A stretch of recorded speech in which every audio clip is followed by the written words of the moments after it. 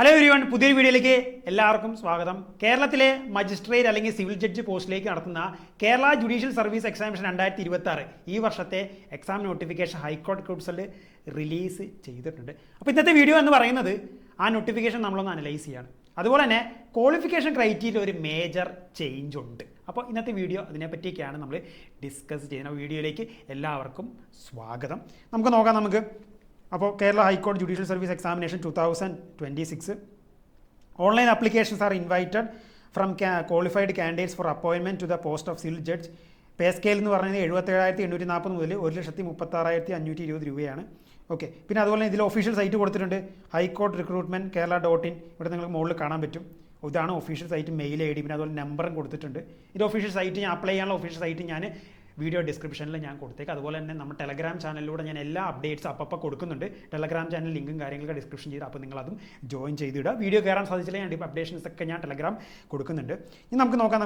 Recruitment number 5/26.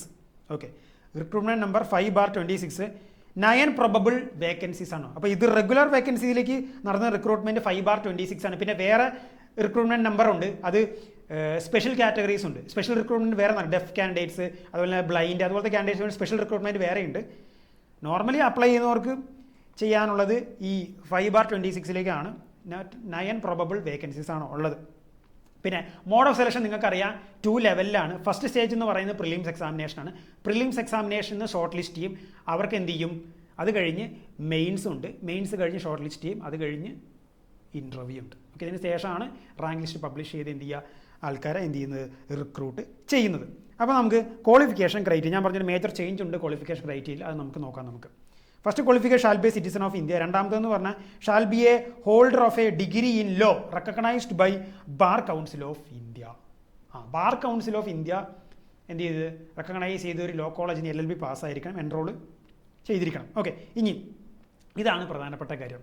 2025 Kerala judicial service examination എഴുതാൻ യാതൊരുവിധ experience ക്രൈറ്റീരിയയുടെ ആവശ്യമില്ല, ഫ്രഷ് കാൻഡിഡേറ്റ്സ് ചെയ്താൽ പറ്റും. പക്ഷേ 2026 മുതൽ, അതായത് ഈ വർഷം മുതൽ കേരള ജുഡീഷ്യൽ സർവീസ് എക്സാമിനേഷൻ എഴുതിയ 3 വർഷത്തെ മിനിമം പ്രാക്ടീസ് ക്രൈറ്റീരിയ വേണം. അതുകൊണ്ട് പറയുന്നുണ്ട്, should have practised for a minimum years, minimum period of 3 years as on first day of January 2026. January 1, 2026 ആ ഡേറ്റിനുള്ളിൽ 3 വർഷത്തെ പ്രാക്ടീസ് തികഞ്ഞിരിക്കണം. അങ്ങനെ വ്യക്തികൾക്ക് മാത്രമേ എഴുതാൻ പറ്റുള്ളൂ. അതുപോലെ തന്നെ നമ്മൾ ഈ അപ്ലൈ ചെയ്യുമ്പോൾ എക്സ്പീരിയൻസ് സർട്ടിഫിക്കറ്റ് നമ്മൾ എന്ത് ചെയ്യണം, 3 വർഷത്തെ എക്സ്പീരിയൻസ് സർട്ടിഫിക്കറ്റ് ഉള്ളത് അപ്ലോഡ് ചെയ്യുക. അത് മജിസ്ട്രേറ്റ് എൻഡോഴ്സ് ചെയ്തൊരു സർട്ടിഫിക്കറ്റ് നമ്മൾ അപ്ലോഡ് ചെയ്യണം. അതിൻ്റെ ആ മജിസ്ട്രേറ്റ് എൻഡോഴ്സ് ചെയ്യേണ്ട ആ എക്സ്പീരിയൻസ് സർട്ടിഫിക്കറ്റ് ഫോമേ ഞാൻ എന്ത് ചെയ്യാം, ഞാൻ ടെലഗ്രാം ചാനലിൽ ഞാൻ ഷെയർ ചെയ്തേക്കാം. നിങ്ങൾക്ക് അത് അവിടുന്ന് പ്രിൻ്റ് എടുത്ത് നിങ്ങൾക്ക് എന്ത് ചെയ്യാൻ പറ്റും, നിങ്ങൾക്ക് ചെയ്യാൻ സാധിക്കും നിങ്ങൾക്ക്. പിന്നെ അതിൽ ഇതുപോലെ തന്നെ വേറെ 1-2 കാര്യങ്ങൾ പറയുന്നുണ്ട്.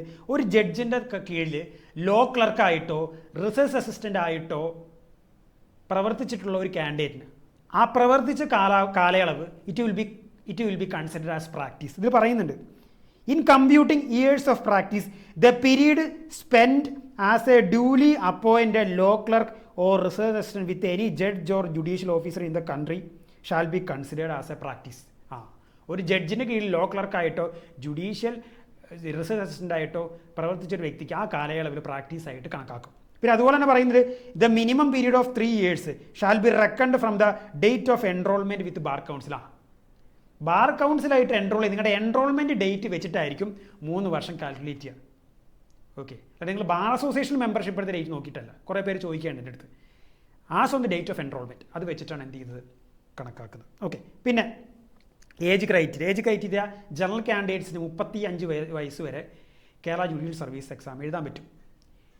OBC കാൻഡിഡേറ്റ്സ് ആണെങ്കിൽ 38 വയസ്സ്, 3 years റിലാക്സേഷൻ, 38 വയസ്സിൽ എഴുതാൻ പറ്റും. SC/SC കാൻഡിഡേറ്റ്സിന് 40 വയസ്സ് വരെ എക്സാം എഴുതാൻ സാധിക്കും.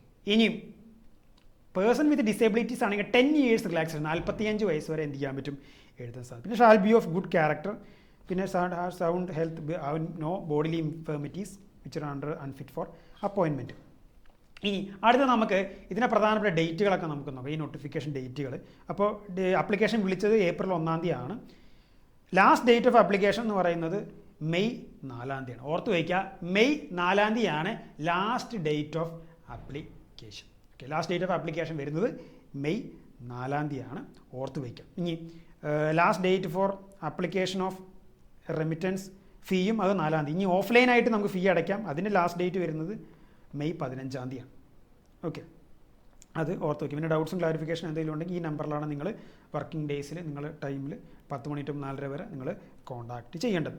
അപ്പോൾ ഇത്രയും കാര്യങ്ങളാണ് കേരള ജുഡീഷ്യൽ സർവീസ് എക്സാമിനേഷൻ 2026 നോട്ടിഫിക്കേഷനിൽ പറഞ്ഞു വെക്കാനുള്ളത്. 9 പ്രൊബബിൾ വേക്കൻസീസ് ആണ് പറയുന്നത്. പിന്നെ അതുപോലെ തന്നെ സ്പെഷ്യൽ റിക്രൂട്ട്മെൻറ്റ് കുറച്ച് കാറ്റഗറീസിനെ കുറച്ച് വേക്കൻസീസും കാര്യങ്ങളൊക്കെ അതിൽ കൊടുത്തിട്ടുണ്ട്. ഞാൻ എന്തായാലും നോട്ടിഫിക്കേഷൻ കാര്യം ഫുള്ളായിട്ട് ഞാൻ നമ്മുടെ ടെലഗ്രാം ചാനലിൽ ഞാൻ അപ്ലോഡ് ചെയ്തേക്കാം. അപ്പോൾ കേരള ജുഡീഷ്യൽ സർവീസ് എക്സാമിനേഷൻ എഴുതാൻ താല്പര്യമുള്ള ഡെഫിനറ്റ്ലി എന്താ പറയുക അപ്ലൈ ചെയ്യുക. നമ്മുടെ ചാനലിൽ ഫോളോവേഴ്സ് ആയിട്ടുള്ള ലോ സ്റ്റുഡൻസ് ആയിക്കോട്ടെ, കുറേ വക്കീലന്മാരൊക്കെ ഒരുപാട് കാര്യങ്ങൾ ഡൗട്ട്സും ക്ലാരിഫിക്കേഷനായി ചോദിക്കുന്നുണ്ട്.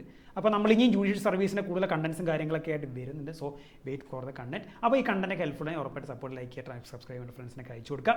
Thank you.